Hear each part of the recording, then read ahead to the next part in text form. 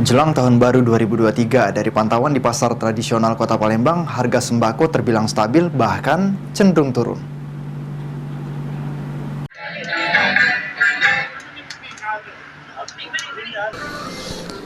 Upaya sejumlah pihak dalam pengendalian harga sembako jelang tahun baru 2023 ini tampaknya membuahkan hasil.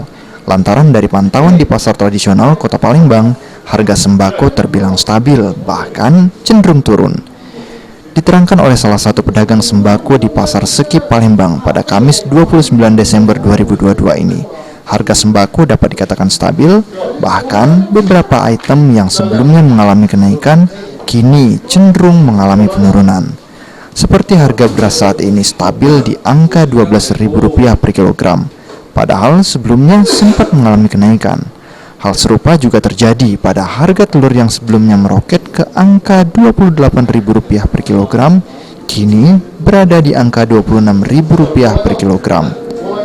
Selain itu, seperti minyak goreng kemasan 1 kg stabil di angka Rp16.000 per kemasan, dan gula pasir bertahan di angka Rp14.000 per kilogram.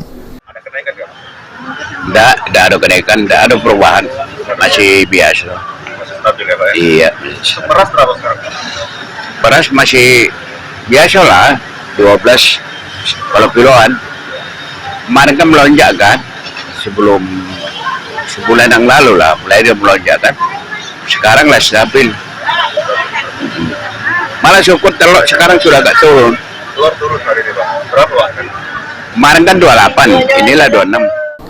Meski kini harga sembako masih stabil, akan tetapi karena masih dalam musim liburan, penjualan belum mengalami peningkatan, mengingat pasar masih sepi pengunjung. Sandi Pratama,